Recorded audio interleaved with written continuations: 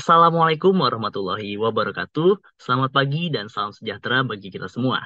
Sebelumnya perkenalkan, kami dari kelompok 2 yang akan memaparkan tugas hasil diskusi kami dalam mata kuliah bioteknologi yang diampu oleh Profesor Dr. Mukti Ningsi MSI dengan judul Diversity Induction of Dendrobium sylvanum Orchid through in vitro irradiation of gamma ray. Kemudian ada sedikit data diri dari kelompok kami dengan saya sendiri Azhar Alfiansyah bersama teman-teman saya. Kemudian terdapat artikel penelitian yang kami bahas dalam kesempatan kali ini. Jika teman-teman ingin membacanya lebih detail, teman-teman bisa men-scan barcode yang ada di sebelah kanan bawah. Nah, kemudian sebelum kita masuk ke pembahasan lebih lanjut, apa sih tujuan dari penelitian ini dan juga metode apa yang digunakannya?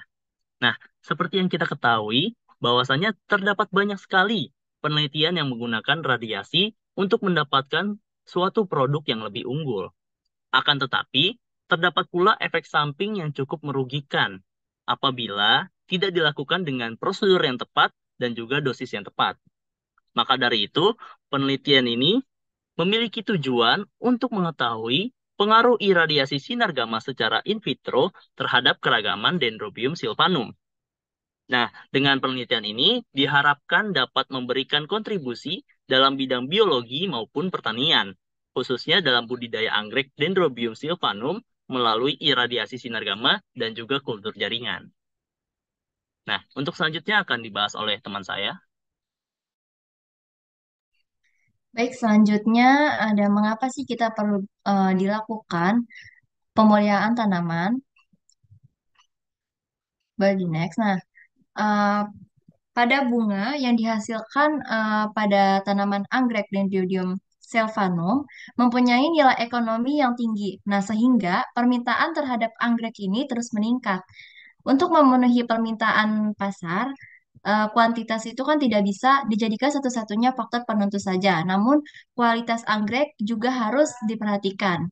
Nah, upaya yang dilakukan untuk memperbaiki gen dan memperbanyak jumlah tanaman dapat dilakukan melalui teknik kultur jaringan in vitro yang akan dijelaskan dengan teman saya nanti. Nah, teknik in vitro ini mampu mempercepat perbanyakan tanaman secara vegetatif maupun generatif, serta memudahkan seleksi mutan. Nah, kemudian dilakukan proses eh, iradiasi sinar gamma atau mutasi yang bertujuan untuk memperbaiki sifat-sifat tanaman baik secara kualitatif maupun kuantitatif sehingga dapat dihasilkan sifat-sifat biokimia, fisiologi, dan morfologi tanaman yang diinginkan dan meningkatkan sifat-sifat yang diinginkan tanpa mengubah sifat-sifat yang lain pada tanaman dan juga membantu pemeringkatan gen karakter baru dari mutasi yang dihasilkan anggrek setelah perlakuan iradiasi sinar gamma. Boleh dilanjut? Nah, selanjutnya yaitu di mana, kapan, dan bagaimana metode ini pertama kali dikembangkan. Boleh next?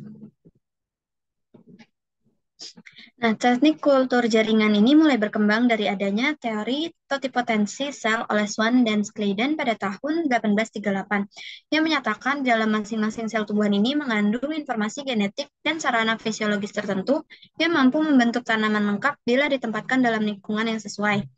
Nah, selanjutnya pada tahun 1902, Heberlein mulai melakukan praktek kultur jaringan tanaman dengan mengkultur sel-sel tanaman pada larutan hara untuk hidroponik, sukrosa, asparagin, dan mengamati ukuran sel meningkat namun tidak dapat membelah. Selanjutnya pada tahun 1922, Knudson berhasil mengencambahkan biji anggrek secara in vitro dengan menabur benih pada media nutrisi steril yang diubah dengan sukrosa. Teknik ini kemudian dikenal sebagai perkecambahan biji asimbiotik. Selanjutnya pada tahun 1934, Gauteret melakukan kultur in vitro jaringan kambium pada beberapa tanaman berkayu dan menghasilkan kultur kalus pertama namun gagal hanya bisa tumbuh selama 6 bulan. Selanjutnya pada tahun 1959, akhirnya Gauteret berhasil mempublikasikan pertama kali tentang kultur jaringan. Dan pada tahun 1960, Kanta berhasil melakukan fertilisasi pertama kali secara in vitro pada Papaver rheas atau dikenal juga dengan red poppy. Boleh di next. Nah, selanjutnya yaitu gamma ray irradiation. Penggunaan radiasi gamma dalam pemulihan mutasi tanaman ini ditemukan pada tahun 1920-an ketika Louis Adler dari University of Missouri menggunakan sinar X pada jagung dan gandum. Selanjutnya pada tahun 1928, Stadler pertama kali mempublikasikan temuannya tentang mutagenesis yang diinduksi radiasi pada tanaman. Dan selama periode 1930 sampai 2004, varietas mutan yang diinduksi radiasi dikembangkan, terutama dengan menggunakan sinar gamma dan sinar X. Nah, radiasi sinar gamma ini merupakan mutagen fisik yang menginduksi mutasi dan dapat digunakan secara efektif dalam pemulihan tanaman. Boleh di next. Oke, bagaimana konsep dasar dari metode yang dipilih? Next. Di sini ada pemulihan tanaman. Jadi, pemulihan tanaman merupakan metode yang sistematis yang dapat menghubungkan beragam genetik pada tanaman menjadi sebuah produk dengan manfaat yang lebih baik bagi manusia. Nah, pemulihan tanaman ini dibagi menjadi dua, yaitu konvensional dan juga inkonvensional. Konvensional ini terdiri dari mutasi menggunakan mutagen seperti zat kimia atau radiasi untuk memicu perubahan genetik secara acak dan kemudian memilih individu yang memiliki karakteristik yang diinginkan dari mutan tersebut. Yang kedua, hibridisasi, di mana persilangan dua tanaman dengan karakteristik yang diinginkan untuk menghasilkan keturunan yang memiliki kombinasi sifat-sifat tersebut. Yang ketiga, ada pemulihan klonal dengan cara memproduksi tanaman baru dari potongan-potongan atau bagian dari tanaman induk. Sedangkan inkonvensional ini terdiri dari rekayasa genetik dengan memasukkan atau mengubah gen spesifik dalam genom tanaman untuk menghasilkan varietas baru dengan sifat-sifat yang diinginkan. Yang kedua, ada kultur jaringan dengan menggunakan teknik laboratorium untuk mempertahankan, memperbanyak, dan memanipulasi jaringan tanaman, termasuk embrio, sel, dan bahkan protoplasma. Yang terakhir ada seleksi molekuler menggunakan teknik analisis molekuler untuk memahami dan memilih tanaman berdasarkan informasi genetik mereka. Next, iradiasi sinar gamma, di mana sinar gamma ini merupakan bentuk radiasi elektromagnetik dengan energi tinggi dan panjang gelombang yang pendek. Iradiasi sinar gamma ini merupakan jenis iradiasi pengion yang dapat bereaksi dengan atom-atom ataupun molekul-molekul dan menghasilkan radikal bebas. Iradiasi sinar gamma in vitro melibatkan paparan sampel biologis, misalnya sel dan juga jaringan terhadap sinar gamma di luar organisme hidup. Nah, proses iradiasi sinar gamma atau mutasi ini masuk ke dalam metode konvensional dalam pemulihan tanaman yang dapat memperbaiki sifat-sifat tanaman baik secara kualitatif maupun kuantitatif sehingga dapat dihasilkan sifat-sifat biokimia, fisiologi, dan morfologi tanaman yang diinginkan. Dalam kasus iradiasi sinar gamma in vitro ini biasanya sel atau jaringan tanaman ditempatkan dalam lingkungan laboratorium di luar organisme hidup. Kemudian dipaparkan oleh sinar gamma untuk memicu mutasi genetik. Nah, hasil dari mutasi ini akan dievaluasi untuk menentukan apakah ada karakterisasi yang kita inginkan. Next. Iradiasi ini dibagi menjadi dua berdasarkan cara atau prosesnya, yaitu akut dan juga kronik, di mana iradiasi akut ini merupakan iradiasi yang menggunakan dosis tertentu dengan sekali tembakan. Sementara untuk iradiasi kronik ini menggunakan dosis tertentu dengan beberapa kali tembakan dalam selang waktu tertentu. Next. Oke, lanjut. Untuk meningkatkan efektivitas iradiasi terhadap kultur embrio somatik, perlu ditentukan dosis optimum, di mana dosis yang tinggi ini dapat mematikan bahan tanaman yang akan dimutasi sehingga menyebabkan sterilisasi dan kematian tanaman. Sedangkan tanaman yang terkena dosis rendah masih dapat pulih dari kerusakan yang diterima dan tidak menyebabkan kematian pada tanaman. Nah, dosis letal atau dosis lethal dose dengan singkatan LD merupakan dosis iradiasi yang menyebabkan kematian populasi tanaman atau explant sebesar persentase tertentu. Menurut penelitian sebelumnya, mengenai mutasi tanaman dapat menggunakan dosis iradiasi di bawah dosis LD50, yaitu dosis iradiasi yang menyebabkan kematian 50% dari bahan tanam yang diradiasi. Next.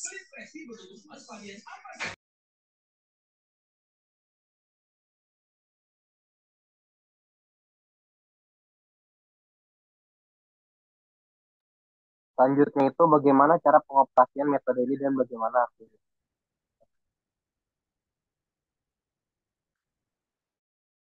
Jadi yang pertama itu ada produksi dan sterilisasi media. Alat yang digunakan dalam penelitian ini adalah peralatan gelas, pisau bedah, gunting, tang, cawan petri, gelas beker, dan sebagainya.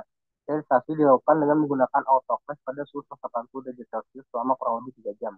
Setelah itu dibuat gula pasir sebanyak 40 gram per liter, sari kelapa 250 ml, sari pisang 100 gram per liter, tiamin 20 ppm, bubuk gelatin 14 gram per liter, dan arang aktif 2 gram per liter. Tambahkan aquades hingga volumenya menjadi 2000 ml. Kemudian larutkan diaduk hingga homogen dengan menggunakan pengaduk magnet. Tingkat pH media diatur hingga 5,4 dengan menambahkan HCl jika pH lebih tinggi dari 5,5 dan menambahkan NaOH jika pH kurang dari 5,5. Selanjutnya itu sterilisasi expand bibit anggrek. Bibit anggrek disterilkan dengan cara direndam dalam spiritus, kemudian dibakar di atas pembakar bunsen.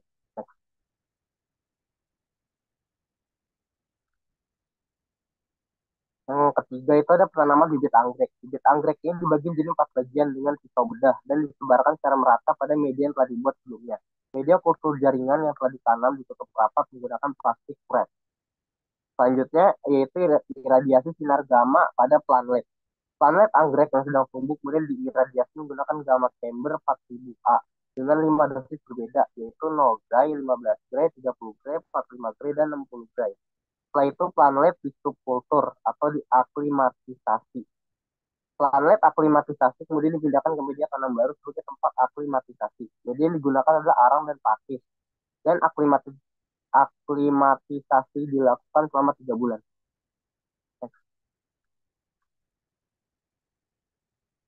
Selanjutnya itu hasil yang diperoleh. Jadi seperti yang terlihat pada grafik, hasil yang diperoleh itu menunjukkan bahwa tanaman tertinggi itu diperoleh dari iradiasi sinar gamma dosis 15 gray, yaitu 4,4 cm. Sedangkan dosis tertinggi itu yang 60 gram menghasilkan pertumbuhan tanaman paling rendah, yaitu hanya 0,43 cm. Hal ini menunjukkan bahwa pemberian dosis iradiasi yang semakin tinggi akan menyebabkan pertumbuhan keadaan vegetatif semakin menurun.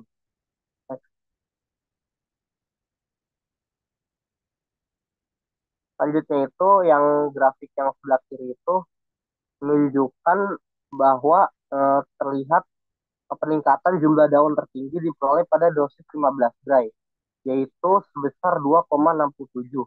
Dan jumlah daun terendah diperoleh pada dosis 60 gray, yaitu sebesar 0,47.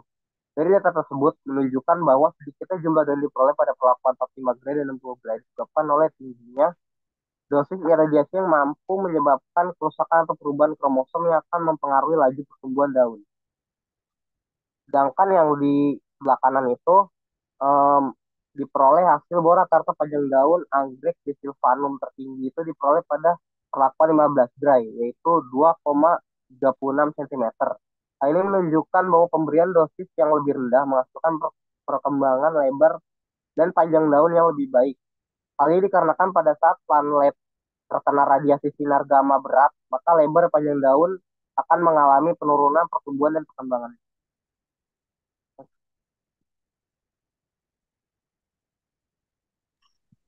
Kemudian ada hasil pada jumlah akar.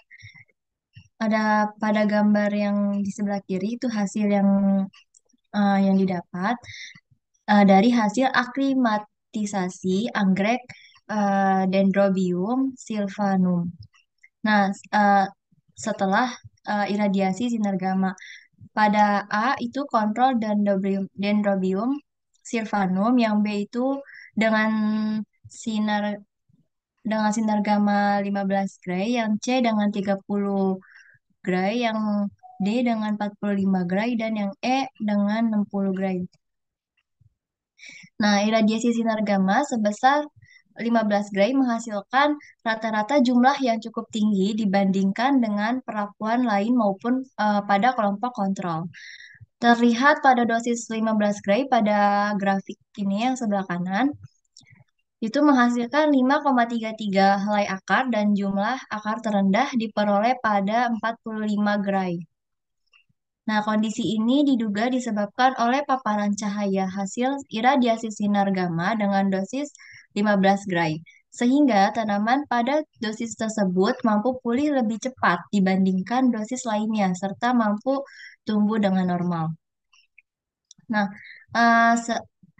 pada iradiasi sinar gamma dosis 45 Gray itu menghasilkan rata-rata jumlah akar yang lebih rendah dibandingkan dengan dosis 15 Gray dan kelompok kontrol. Mengapa hal ini terjadi? Ini diduga karena dosis penyinaran sinar gamma yang berlebihan sehingga menyebabkan rusaknya sel PLB atau protochrome-like bodies, sehingga banyak ditemukan kematian pada PLB, sedangkan PLB yang mampu bertahan mengalami pertumbuhan yang lamban. Inisiasi akar yang lebih cepat berkorelasi dengan inisiasi daun. Nah, setelah daun terbentuk, bagian radikula akan berdiferensiasi membentuk akar dengan cara menyerap kandungan unsur mikro dan makro yang tersedia dalam media tersebut. Nah, kemudian sel-sel meristem yang terus-menerus terkena iradiasi sinar gamma dengan dosis yang tinggi akan mengalami kerusakan yang parah dan kemudian tanaman membiarkan pertumbuhannya itu jadi terhambat dan tidak mampu membentuk akar dan daun. Dan hasil ini mempunyai manfaat dari penelitian ini dapat digunakan untuk penelitian selanjutnya, seperti dosis yang akan digunakan dalam penyinaran, dan bagi petani anggrek dapat membantu dalam pemeringkatan gen karakter baru dari mutasi yang dihasilkan anggrek setelah perlakuan iradiasi sinar gamma. Nah, selanjutnya ada apa saja sih dari kelebihan dan kekurangannya? Next. Nah, kelebihan dari metode ini yaitu penerapan sinar gamma dengan dosis rendah dapat mengurangi kelebihan toksisitas pada tanaman yang dihasilkan akibat berbagai cekaman abiotik. Lalu diperoleh tanaman yang mempunyai sifat-sifat unggul seperti tanaman bertambah tinggi, umur panen pendek, dan lain sebagainya jika mendapatkan perlakuan dosis radiasi sinar gamma yang tepat. Namun ada pula kekurangannya, yaitu dosis yang tinggi dapat mematikan bahan tanaman yang akan dimutasi, sehingga menyebabkan sterilisasi dan kematian tanaman. Dan juga menurunnya pertumbuhan diameter, daya tumbuh, tinggi bibit atau tinggi tanaman, lebar daun, umur berbunga, umur panen, serta jumlah anakan. Nah, selanjutnya, berapa sih kira-kira jumlah pengeluaran yang diperlukan? Nah, mengenai perkiraan biaya yang dibutuhkan untuk teknik in vitro kultur dan gamma ray iradiasi ini, boleh di next. Nah, tidak ada informasi yang spesifik mengenai biaya yang dibutuhkan untuk melakukan teknik ini. Namun, beberapa faktor dapat mempengaruhi biaya dari teknik in vitro kultur dan juga biaya gamma ray iradiasi untuk plant breeding seperti jenis tanamannya, dosis radiasi, dan fasilitas tempat teknik dilakukannya. Next.